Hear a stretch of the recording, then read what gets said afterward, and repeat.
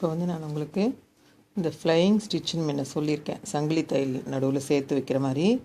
இப்போது நம்ம இப்படி போடும்போதே எப்படி போடுறதுன்னு உங்களுக்கு சொல்கிறேன். நான் இந்த மாதிரி 3 கோடு போட்டு புள்ளி வச்சிங்கன்னா ஈஸியாக இருக்கும்.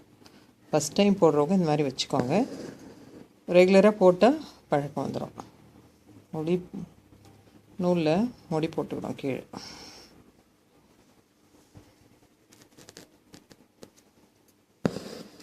இந்த மாதிரி புள்ளி வச்சிங்கன்னா ஈஸியாக இருக்கும். இப்போ இந்த மாதிரி இது இப்படி போட்டிருக்கேன் இல்லையா, அது நேராக வந்து இப்படி இப்படி ஃப்ளையிங் ஸ்டிச்சுன்னு உங்களுக்கு நான் சொல்லியிருக்கேன். அது எப்படி போடுறதுன்னு இப்போ சொல்கிறேன் பாருங்கள். நடுவில் சங்கிலி தையல் போட்டு இணைச்சிட்டேன். இது அப்படியே சேர்ந்தே வரும் பாருங்கள், சங்கிலி தையல் மாதிரியே சேர்ந்து வர மாதிரியே உங்களுக்கு நான் எப்படி போடுறதுன்னு சொல்கிறேன். இந்த மாதிரி போட்டுட்டு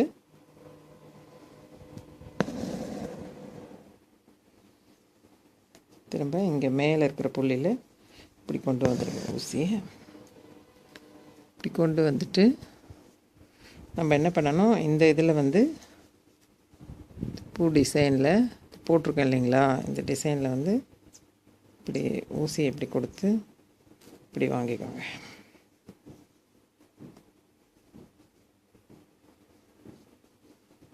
ஊசி இப்படி கொடுத்து வாங்கிட்டு இது பாருங்கள், இது ஒரு சங்கிலி தையல் மாதிரி ஆயிடுச்சு பாருங்கள்.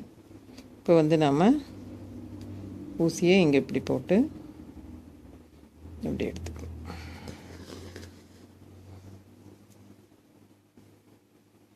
அடுத்த தையல் இந்த சைடு இப்படி கொடுத்து இப்படி எடுத்துக்கணும்.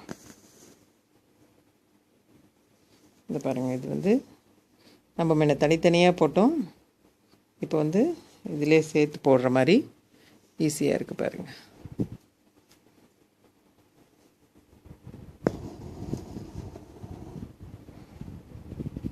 திரும்ப அதே மாதிரி மேலே வந்து திரும்ப அதே மாதிரி இந்த இதில் ஊசியை பக்குவமாக அப்படி விட்டு இது உள்ளே எடுத்துக்கணும். இதை பாருங்கள், நம்ம இந்த மாதிரி புள்ளி வச்சின்னா ஒரே அளவாக வரும். ஃபஸ்ட் டைம் போடும்போது இந்த மாதிரிலாம் ரெடி பண்ணின்னு போட்டால் ஈஸியாக இருக்கும்.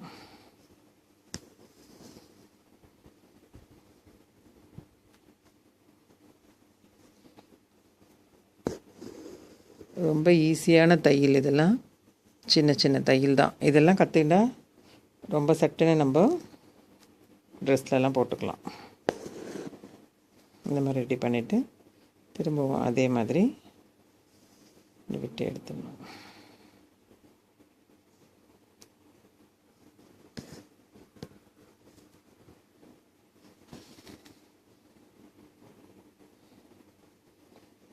இந்த சைடு வந்து இப்படி விட்டுருவோம்.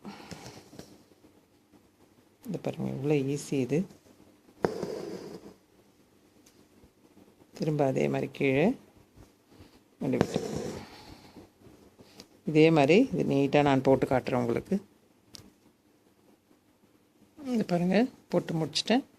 நீங்களும் இதே மாதிரி ட்ரை பண்ணுங்கள். எந்த மெத்தட்லேயும் அழகாக இருக்குது. நான் உங்களுக்கு என்னோடய வீடியோவில் உங்களுக்கு காட்டியிருக்கேன். இது தனியாக போட்டிருக்கேன், இந்த சங்கிலி தையல் தனியாக போட்டேன். இப்போ வந்து ரெண்டும் ஜாயின் பண்ணி எப்படி போடுறதுன்னு சொல்லியிருக்கேன். நீங்கள் ரொம்ப ஈஸியாக கற்றுக்கலாம். இது எவ்வளோ அழகாக இருக்குது பாருங்கள் பார்க்குறதுக்கு.